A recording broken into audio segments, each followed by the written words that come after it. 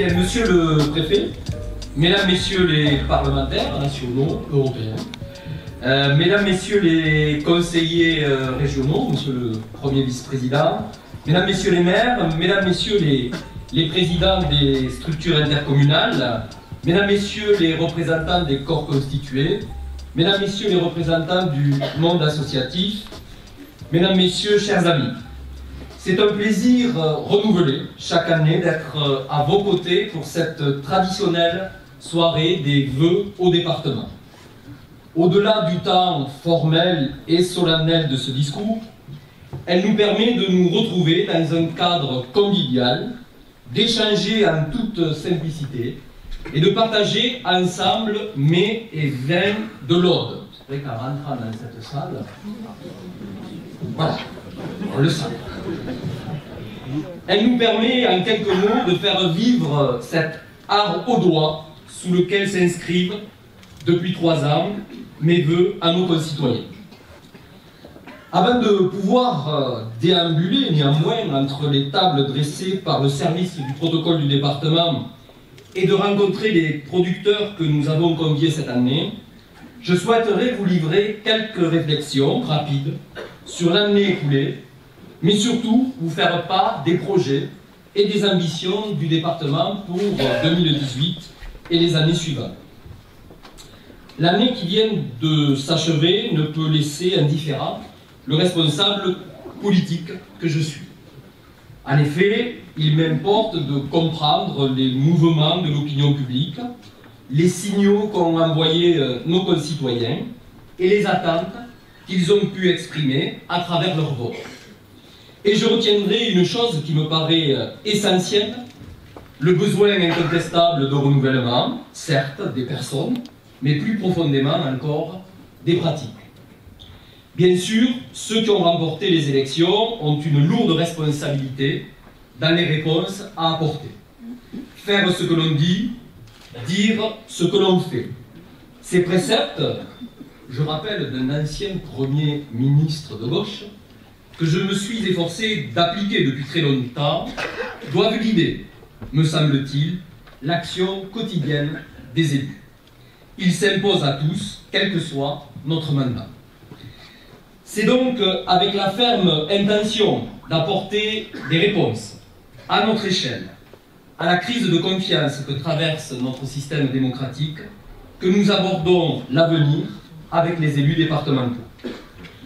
Je porte dans mon engagement politique, à l'instar de mes collègues élus départementaux, l'inoxydable volonté de bâtir une société plus juste, d'éradiquer les inégalités et de combattre les fractures, toutes les fractures, sociales, territoriales, sanitaires, démocratiques, numériques.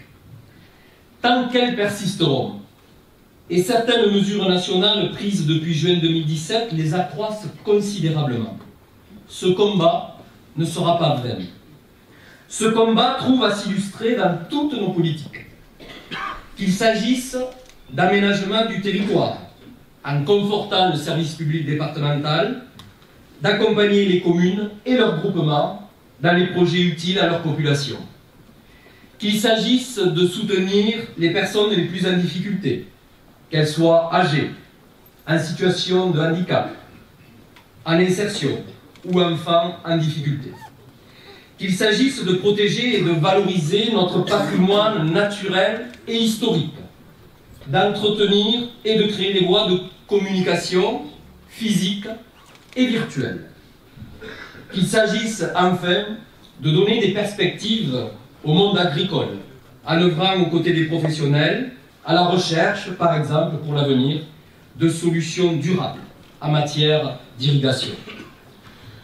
Nous œuvrons quotidiennement en lien avec d'autres collectivités, régions, intercommunalités, communes, et d'autres partenaires institutionnels, État, consulaire, monde associatif, pour plus de solidarité et plus d'harmonie dans le développement de l'Aude, pour le bien de chacune et de chacun, dans l'intérêt de tous. Ces dernières années, l'État, le législateur, à limiter notre champ d'action en encadrant nos compétences. Pourquoi pas, si on aurait souhaité avoir le plus de marques, si cela peut donner une meilleure lisibilité à l'action publique. Alors, c'est autour de nos compétences essentielles, et elles sont vitales pour notre avenir commun, que notre investissement pour ce territoire se concrétisera.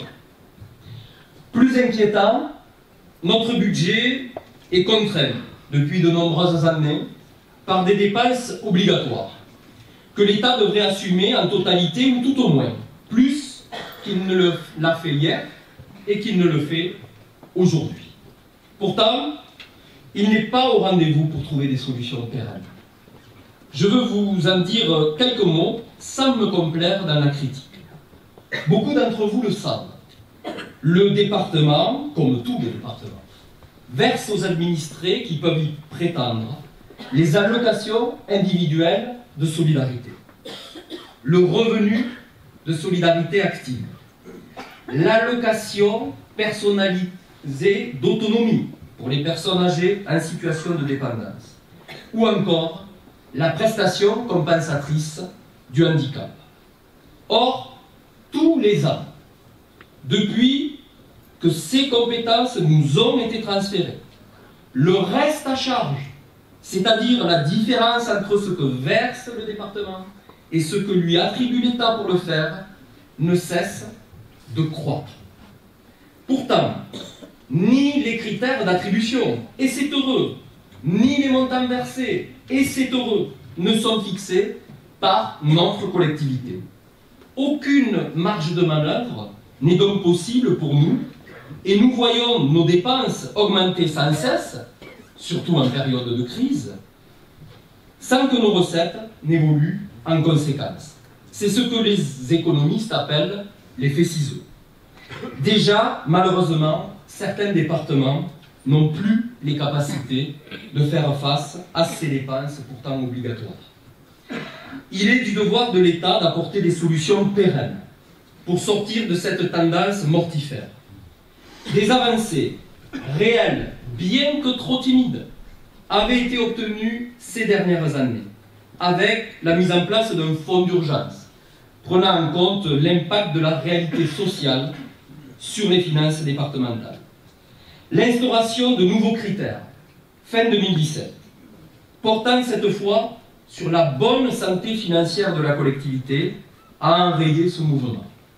Ainsi pour l'ordre, alors qu'en prenant en compte le critère du reste à charge, l'État nous avait versé 7,5 millions d'euros début 2017, cette année, ce sera 0. Tout simplement parce que, en dépit du contexte, notre capacité d'autofinancement, je ne veux pas dire malheureusement, parce que c'est heureux, ne s'est pas dégradée. Malgré l'augmentation des dépenses sociales imposées, nous gérons bien notre budget. Ainsi, ces nouveaux critères mis en place pénalisent les départements qui, comme nous, sont les bons élèves en matière de gestion des fonds publics. CQFD, comme l'aurait dit mon prof de maths au lycée. Qui plus est, dans le même temps, l'État propose aux grandes collectivités, dont les 5 départements, une contractualisation visant à encadrer l'évolution de leurs dépenses de fonctionnement en fixant un taux de progression de 1,2%. En toute logique, les dépenses liées au versement des allocations de solidarité ne devraient en aucune façon entrer dans ce calcul. C'est pourtant prévu, à l'heure actuelle, ainsi. Ce n'est pas acceptable. Ce n'est pas plus acceptable d'y inclure les dépenses inhérentes à l'accueil sur notre territoire des mineurs non accompagnés pendant la période de mise à l'abri, c'est-à-dire avant qu'ils ne soient reconnus mineurs, puisque nous engageons ces dépenses alors qu'elles devraient relever de l'État. Comment, dans ces conditions, signer une contractualisation qui n'est en fait qu'une forme de recentralisation et d'abandon de la libre administration des collectivités? Cela ne nous empêchera pas de nous fixer, je dis bien nous, des objectifs respectueux d'une gestion saine et rigoureuse des deniers publics. Ces objectifs pourront même nous amener à avoir une évolution des dépenses inférieure à 1,2%, en tout cas pour celles pour lesquelles nous avons réellement les moyens d'agir. Nous n'avons pas besoin que l'on nous rappelle nos responsabilités, nous les connaissons, et le bon état de nos marqueurs financiers l'atteste. Nous attendons donc que l'on nous propose des solutions viables, et non pas qu'on invente un système de contractualisation par lequel l'État cherche à se déresponsabiliser de ses missions. À ma qualité de responsable national de l'Assemblée des départements de France et de président d'un département fortement concerné par ces problématiques de solidarité, je continuerai à m'investir dans ce dossier aux enjeux majeurs pour nos territoires. Comme je continuerai à m'investir dans les chantiers spécifiques que porte notre institution départementale. En effet, s'engager en politique, conduire une collectivité, ne peut pas se résumer à suivre un taux directeur de dépenses. Nous devons quotidiennement œuvrer et être ambitieux pour l'avenir de notre département. C'est pourquoi, comme je l'évoquais au début de mon propos, avec les élus de la majorité départementale, nous nous sommes fixés des objectifs prioritaires pour les années à venir. Ainsi, notre relation avec les communes et les intercommunalités va évoluer au cours de cette année. Pour renforcer ce lien de proximité si précieux, j'ai souhaité franchir une nouvelle étape dans la politique partenariale que nous entretenons avec elles, comme j'ai eu l'occasion de l'annoncer le 4 décembre aux élus locaux réunis ici même. Chargés de projets en animation territoriale, rencontres annuelles des maires, conférences des intercommunalités. Je suis convaincu que le rôle du département est d'être un créateur des possibles, un facilitateur dans l'avancement des projets. Nous comptons jouer ce rôle avec une implication totale. De même, le travail que nous menons actuellement autour de la transition énergétique et qui nous a permis d'être labellisés territoire à énergie positive et pour la croissance verte constitue le socle d'une ambition pérenne. Nous avons la volonté forte de conduire notre département, je parle de la collectivité comme du territoire, dans une démarche toujours plus éco-responsable. Cela doit nous conduire à amplifier ce que nous avons engagé depuis plusieurs années, comme devenir une collectivité zéro phyto, bien avant que la loi nous y oblige. Il ne s'agit pas de verdir nos politiques publiques pour paraître dans l'air du temps. Bien au contraire, il s'agit de participer localement à l'invention de nouveaux modèles, aux côtés de vous, nos partenaires publics et privés, sans qui rien de cela ne serait possible. Il y a là, c'est certain, de belles perspectives pour un aménagement harmonieux, mais aussi pour un nouveau développement économique, en investissant dans des filières innovantes, créatrices d'emplois et respectueuses des hommes et de l'environnement. Monsieur le Premier vice-président de la région, atteindre 100% des énergies renouvelables en 2050, c'est une ambition que j'ai entendue en région Occitanie, ne sera pas une utopie dans l'ordre.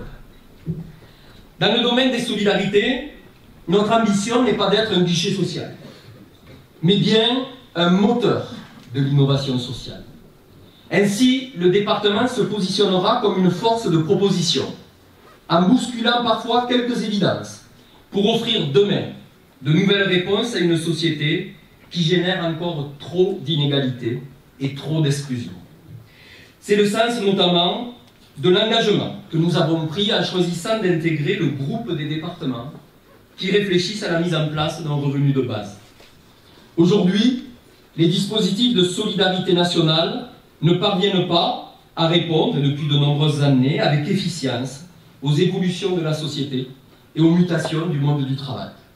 Au-delà des grands discours, pour le promouvoir ou le délégitimer, c'est par l'étude fine, puis l'expérimentation, si l'État nous en donne la possibilité, que nous identifierons en quoi et comment le revenu de base peut être une solution concrète et réelle.